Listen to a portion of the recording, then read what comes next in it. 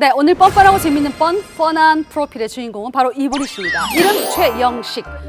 명의 중에서도 명의만 모시는 건강 하이소의 전무후무한 분이 납셨다. 얼마나 기다리고 기다려서 우리가 만난 거야. 모 대학병원 원장 출신으로 내분비내과의 살아있는 전설로 불리는 남자. 어릴 때부터 온 동네 소문났던 명석한 두뇌로 의사의 길에 들어선 이후에 부산은 물론 우리나라 의료계에 대혁명을 일으켰다는데 90년대 갑상선암 진단 시 대부분 손으로 만져지는 결절만 세침 검사를 했던 그 시절 손으로 만져지지 않는 결절에 대해서 초음파 검사를 통한 세침 검사를 다룬 논문을 처음으로 발표! 이게 뭔 소리야! 하여튼 갑상선암을 비교적 쉽게 진단할 수 있게 한 결과 몇 년 전에는 그 공로를 인정받아 대통령 표창까지 수상했다! 아하. 어디 이뿐이랴. 올해는 국제 라이온스 협회 라이온스 인도주의상까지 받았다고 하는데 이 상은 매년 전 세계에서 인도적 활동을 펼쳐온 한 인물을 선정하는 세계적 권위의 봉사상으로 테레사 수녀, 지미 카터 전 미국 대통령 정도는 돼야 받을 수 있다고. 완전 멋져. 환자들의 아픔을 내 아픔처럼 여기는 남자. 자신을 찾아온 환자들에게 온 마음을 다하는 건 물론 의료가 낙후된 해외 제3세계 지역은 직접 찾아가 따뜻한 나눔의 의술을 펼친다고. 봉사는 너무나 하나 어느 누가 쉽다고 했나. 각종 만성 질환으로부터 우리를 지켜주는 내분비내과 최영식 교수님을 소개합니다. 오늘 어떻게 후기가 좀 모자라지 않았습니까? 저희가 빨리 준비한다고. 너무너무 가보나 소개됐습니다. 그 지난 4월에 국제 라이온스의 인도주의상, 이거는 테레사 수녀랑 지미 카터가 받던 상을. 그러니까요. 네, 예. 이게 국제 라이온스 협회에서 1973년부터 예. 해마다 인도주의 활동을 하는 기관이나 예. 개인 네. 이런 단체에 이제 상을 수상하게 되는데 예. 제가 이제 우리나라에서는 3번째, 전 세계에는 48번째 그 상을 수상하게 되었는데 예. 개인적으로 굉장히 영광적인 상이기도 하지만 반면에 굉장히 이제 부담으로 다가오는 예. 상이라고 있습니다. 축하의 네, 박수. 박수 한번 더 드리시죠. 예. 인도주의. 교수님 근데 그 상금이 많았다고 들었습니다. 네. 상금이 25만 불 예. 하나로 그 당시 이제 한 달러를 참 2억 7천만 원 정도. 거의 3억 정도. 네. 어떻게 하셨습니까? 네, 기부하기로 이야기되어 있습니다. 아, 기부하기로. 네. 야, 대단한 상금이고. 자, 오늘 우리가 코로나19 맞아요. 기저질환 환자들이 한 명당 평균 3개의 질환이 이제 많은 분들이 가지고 있었답니다. 그 중에 네. 3명 중에 2명이 고혈압, 이 절반은 당뇨를 앓고 있었다라고 합니다. 그래서 오늘 당뇨에 대해서 좀 세세하게 알아보는 시간을 갖도록 하겠습니다. 네네. 저도 실제 진료를 하다 보면 정말 뭐 거의 대다수 연세가 좀 드신 분들은 물론이거니와 네. 많은 분들이 당뇨를 기저질환으로 갖고 있거든요. 맞아요. 네. 도대체 이 통계적으로 얼마나 많은 분들이 앓고 계시죠? 네. 그 1970년대만 해도 네. 당뇨병이 굉장히 희귀 질환이었습니다. 오. 예, 과거에 우리나라가 잘 못 먹고 살 때는 네. 당뇨병이 별로 없어서 1970년대 서울에 있는 큰 병원에서 당뇨병 환자가 입원하면 교수님이 전공의를 데리고 가면서 얘들아 이 당뇨병 환자란다 굉장히 희귀한 병이란다. 오, 진짜? 지금은 저희 병원에 입원하는 환자분 반 이상이 당뇨병입니다. 그래서 대한당뇨병학회 발표에 의하면 네. 우리나라 당뇨병 환자가 한 500만 명 정도 될 겁니다. 그런데 예, 그보다 더한 거는 이제 당뇨병이 앞으로 10년 후에 당뇨병이 올 수 있는 당뇨병 전 단계가 또 한 500만 명 정도 돼서 아유, 당뇨와 관련된 분은 한 1000만 명 정도가 당뇨와 관련되어 있습니다. 그래서 예.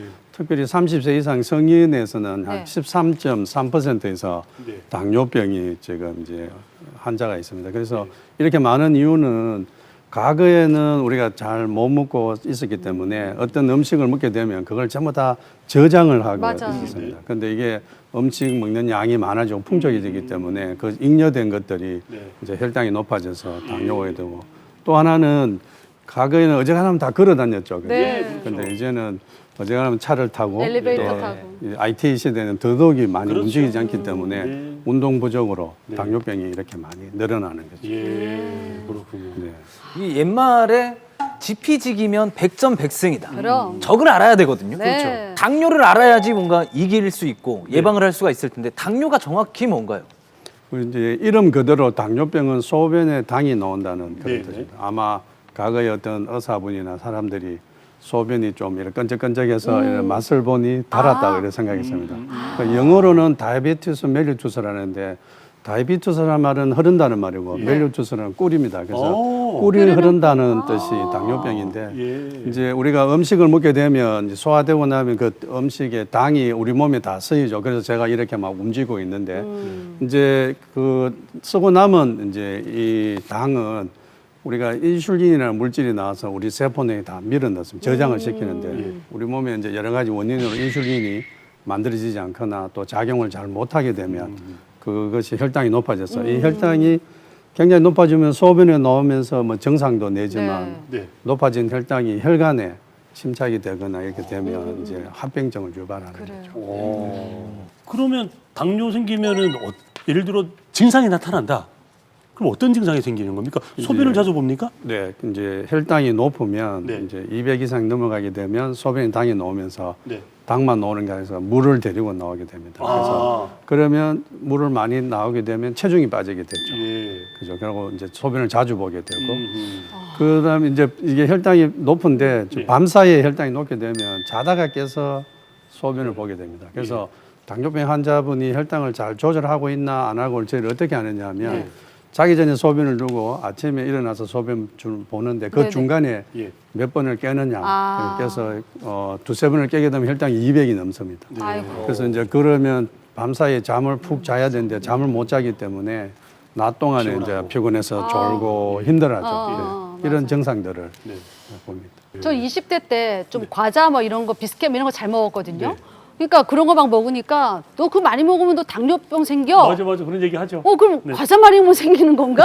저는 잘 몰랐으니까 네, 네. 뭐 튀긴 과자 뭐 이런 거 먹으면 당뇨병 생기는지 원인이 뭐예요? 이제 당뇨병 생기는 원인은 이제 인슐린 부족으로 이제 생기게 되는데 이제 우리가 생활하면서 당이 많은 음식을 먹게 되면 네. 아무래도 췌장에서 인슐린 만드는 베타 세포라는 세포가 일을 더 많이 해야 되기 때문에 네네. 상대적으로 혈당이 높은 상황에 있지 않고 혈당이 낮은 상황에 있으면 당뇨가 오더라도 늦게 올 수 있죠. 그래서 이왕이면 이제 탄수화물이나 이런 이제 음료수, 사이다, 콜라 이런 것들 당이 높은 것들은 될 수 있으면은 이제 적게 먹는 것이 건강에 더 좋죠. 네네. 근데 교수님 아까 말씀하실 때 이제 언급을 잠시 하셨는데 당뇨병도 1형, 2형 이렇게 나누어지죠? 어떤 구분인 겁니까? 과거에 이제 당뇨병은 나이에 따라서 나눴어요. 소아에서 오는 당뇨병을 네. 소아당뇨병, 어른에서 오는 당뇨병을 성인 당뇨병을 네. 했는데 이게 좀 약간 애매해서 보니까 소아당뇨병은 인슐린을 맞지 않으면 아주 생명이 위험하게 됐습니다. 네네. 그래서 그걸 인슐린 의존형 당뇨병이라 이야기하고 네. 어른 당뇨병은 인슐린 금방 맞지 않아도 이제 생명에 지장이 없기 때문에 인슐린 비의존성 당뇨병을 했는데 네. 이제 인슐린 비의존성 당뇨병도 세월이 흐르면 인슐린 맞게 됩니다. 네. 그럼 환자분이 병원에 와서 선생님 내 당뇨병이 어떤 당뇨병입니까? 이러면서 하면 인슐린 비의존성 당뇨병이다 비의존성? 하면서 인슐린을 놓거든요. 네. 환자분이 내가 인슐린 비의존인데 왜 인슐린을 주냐 하면 그러게. 그 있으면 굉장히 복잡해졌습니다. 그래서 1995년부터 예. 이제 당뇨병 기준을 1형, 예. 2형으로 나눴습니다. 1형은 소화에서 오고 자가 면역 재단으로서 췌장에서 인슐린 만들어지지 않고 인슐린 맞지 않으면 생명 위험한 병. 그다음에 2형은 주로 성인에서 오는데 결국은 인슐린을 맞게 되지만 네. 뭐 인슐린 꼭 맞아야 되지 않는 것을 2형이라 이러니까 그다음부터 환자한테 진료가 굉장히 편해졌죠. 선생님 저 당뇨병이 어떠냐? 2형입니다. 그렇겠네요. 네, 네. 알겠습니다. 당뇨에 관련된 오해와 진실이 너무 많습니다. 오해와 진실. 오늘 이거 몇 가지 좀 중요한 것들, 네. 가장 많은 것들을 저희가 좀 한번 가려보도록 하겠습니다. 네. 자, 대가가 오셨으니까. 자, 먼저 당뇨는 단 거를 많이 먹어서 생긴다. 맞다. 단 거를 많이 먹어서 네, 생기겠죠. 맞아요. 네, 이제 꼭 당뇨병이 단 것을 많이 먹어서 생기는 것은 아니고 이제 우리 사실 당은 우리 몸에 에너지원으로 굉장히 중요한 거기 때문에 안 먹을 수 없고 어떤 음식을 먹더라도 사실 다 당으로 바뀌게 됩니다. 네. 우리가 지방분을 먹든 단백질을 먹든 그것은 몸에 그렇습니까? 오면 필요해서 다 당으로 바뀔 수 있습니다. 그런데 이제 단 것을 굉장히 많이 먹으면 상대적으로 당뇨에 너무 많이 당분이 나쁩니다. 그래서 단 것을 먹는다 해서 당뇨가 바로 오는 건 아니지만 네. 이단 것을 많이 먹고 나면 그것이 나중에 또 중성 지방으로 또 지방으로 또 변하게 되죠. 인체가 아주 오묘하게 되어 있습니다. 그래서 당뇨병을 단 것을 먹어서 꼭 오는 건 아닌데 그렇다고 당뇨병 환자가 당뇨에 단 걸 먹어야 되구나 해서 마음대로 먹는 건 아니에요. 네, 그렇군요. 네. 네. 자, 당뇨를 진단 받았는데 네. 난 별다른 증상이 없다. 맞아요. 그런 사람이 있어요. 그렇거든요. 그러면 병원에 갈 필요가 없다. 약간 애매하긴 하다 이거는. 가야지 않을까요? 가야 되겠지 설마 그래도. 예. 이제 당뇨병 하면 제일 걱정되는 것이 합병증이지 않습니까? 예. 그렇죠. 그래서 당뇨병 합병증은 이제 혈관이 이렇게 막히는 병인데 그 이제 당뇨병은 이제 정상이 나타나려면 혈당이 200이 넘으면 정상이 나타나지만 네. 마찬가지로 식후 2시간 혈당이 200이 넘으면 합병증이 조금씩 쌓입니다. 그래서 저희들이 당뇨병 기준을 120으로 잡은 이유가 뭐냐면 네. 합병증이 생기는 이제 혈당이 얼마인가를 보니까 네. 식후 2시간 혈당이 200이 넘어가면 합병증이 오더라는 거죠. 네. 그럼 식후 2시간에 맞는 공복 혈당은 얼마인가? 아. 이래 조사해 보니까 그 중에 125를 하자. 이렇게 해서 125를 만들었습니다. 그런데 이 125는 정상이 없거든요. 네. 그래서 정상이 없다고 이제 당뇨병 치료를 소홀히 하거나 네. 이제 병원에 오지 않거나 이러면 나중에 합병증으로 고생하게 돼요. 그렇군. 증상이 없다고 당뇨병이 아닌 것은 아니니까 예, 병을 꼭 다니셔야 된다는 그런 말씀이고요. 자, 이 얘기도 많이 물어봅니다. 지금 드릴 이 질문. 네. 당뇨약 한 번 먹으면 평생 먹어야 된다. 못 그러게 끊는다. 고혈압 약처럼 그렇지. 예, 예. 당뇨약도 평생 먹어야 된다.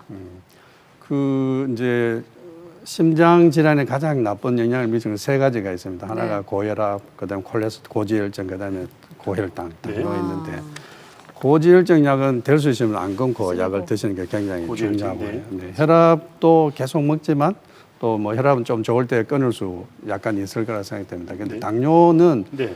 이제 많은 분들이 당뇨를 한번 치료하면 약을 평생 먹어야 된다 하는데 꼭 그렇지는 않습니다. 이제 처음 당뇨병이 왔을 때에 많은 당뇨병 환자분들이 식사하고 운동, 즉 생활 습관을 교정해보고 잘 안 되면 약을 먹고 네.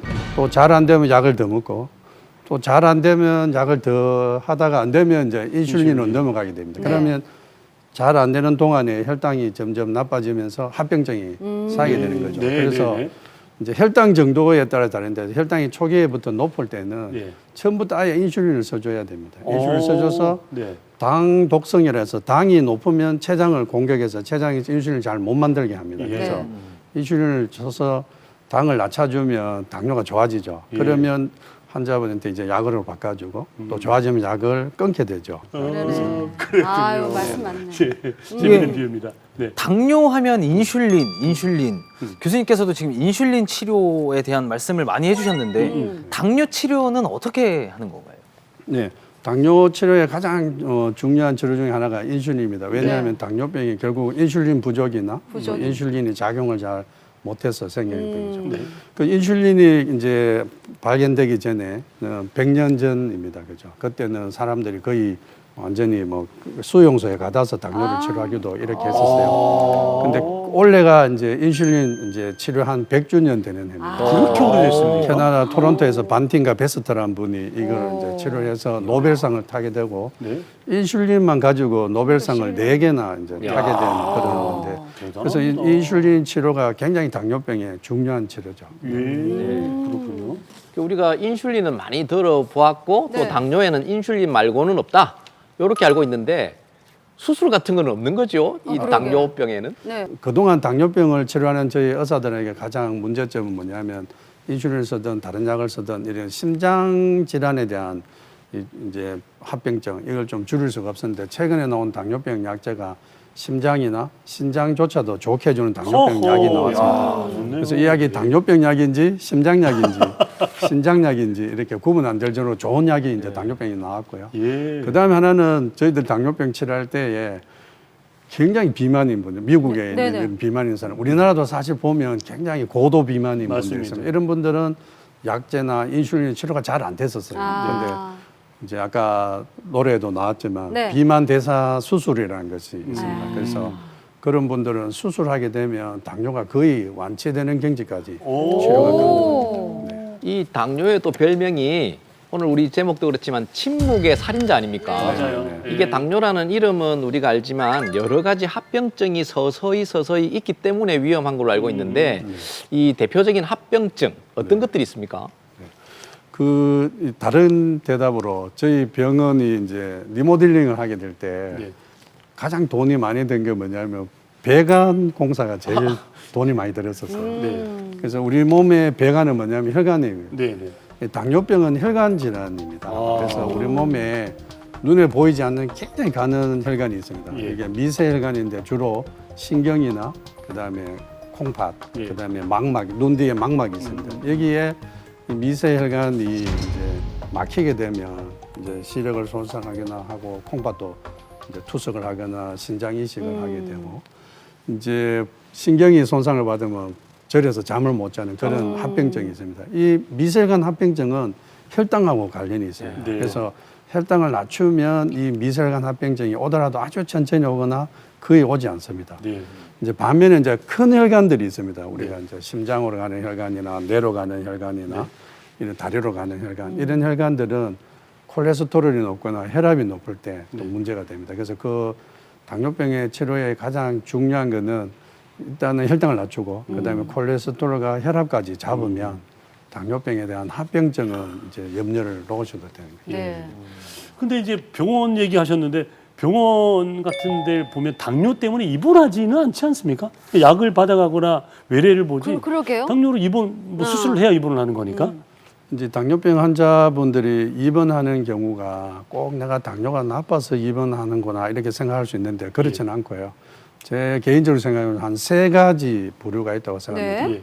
처음 당뇨를 진단받았고 또는 당뇨를 알고 있었지만 어떻게 하는지 제대로 잘 모를 때 예. 특히 우리나라 진료 환경은 이제 의사 선생님하고 이야기가 그렇게 오래 할 수가 없는 상황들이 많습니다. 네.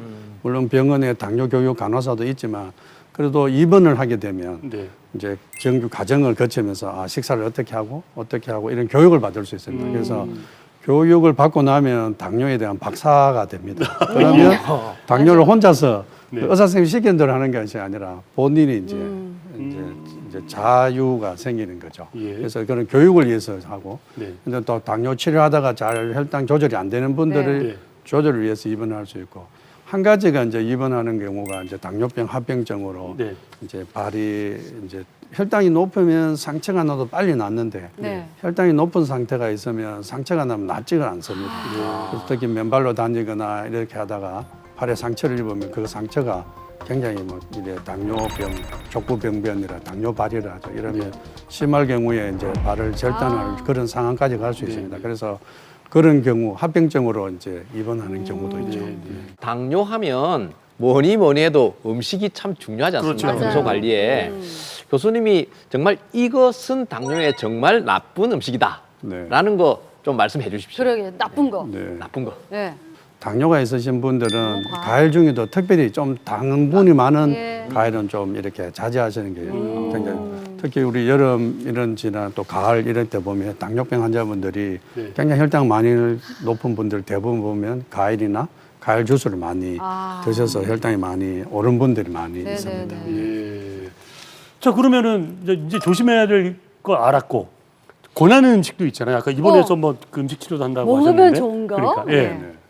그래서 이제 당뇨병 환자분이 이제 말기 신부전 오기 전에 콩팥이 나빠질 경우에는 이제 야채나 이런 것이 또 칼륨이 없어서 문제가 있지만 그렇지 않은 일반 분들 또는 당뇨에 초기에 있는 분들은 예. 식사량을 너무 적게 하면 자꾸 먹고 싶은 생각이 네. 생깁니다. 그래서 야채를 해서 좀 이렇게 포만감. 배를 포만감을 주고 예. 그다음에 약간 단백질 성분인 고기를 네. 먹고 네. 그다음에 이제 탄수화물을 먹게 되면 이제 식사 순서를 이렇게 네. 야채를 먹고 약간 고기를 먹고 이러면 상대적으로 탄수화물을 좀 적게 되면 네. 혈당이 예. 유용할 거라 생각합니다. 오, 아까 그러네요. 당뇨 환자 중에 뭐 운동 열심히 해서 완치됐다고 하셨잖아요. 네네. 어떤 운동 하셨대요? 운동이 궁금해서. 궁금하다. 예. 예. 예, 어떤 운동이나 다 도움이 되고 어. 네. 특별히 최근에 나온 어떤 연구에서는 식사 후에 한 30분 요때도 가만히 있지 말고 운동해 주는 게 좋다 그래요, 이런 식후. 이야기가 있는데 실제 이제 당뇨병 환자들 운동을 하게 되면 이제 유산소 운동과 근육 운동을 반반 해주는 게 좋습니다. 그리고 이제 간혹 이런 분들이 있습니다. 내가 혈당을 운동하기 전에 보고 예. 운동하고 나니까 혈당이 더 올라갔더라. 예. 그래서 내가 이 운동을 해야 되나 이런 분이 있는데 그 운동을 하는 이유 중에 하나는 이제 근육을 튼튼하게 해서 이 튼튼한 근육이 당을 저장하게 하는 역할도 있고요. 그래서 그 이제 혈당이 당화혈소소가 7이 넘어가는 이런 분들은 운동을 하고 나면 혈당이 더 올라가요, 사실은. 예. 그래서 혈당이 정상인 분들 그런 분들은 더더욱이 운동하고 나면 혈당이 더 잘 떨어지는데 네네. 네. 그렇지 않은 분들은 혈당이 더 올라갈 수 있기 때문에 네. 운동하고 난 후에 혈당이 좀 더 올라가서 뭐 당황할 것이 아니라 운동을 더 지속적으로 하시고 일주일에 적어도 3번 이상 이제 30분 이상 운동하셔서 등에 네. 땀이 좀 날 정도로 운동을 하셔야 되겠습니다. 네. 아. 우리 당뇨란 질병 잘 좀 이겨내서 100세 시대 건강하게 잘 살아야 되겠죠?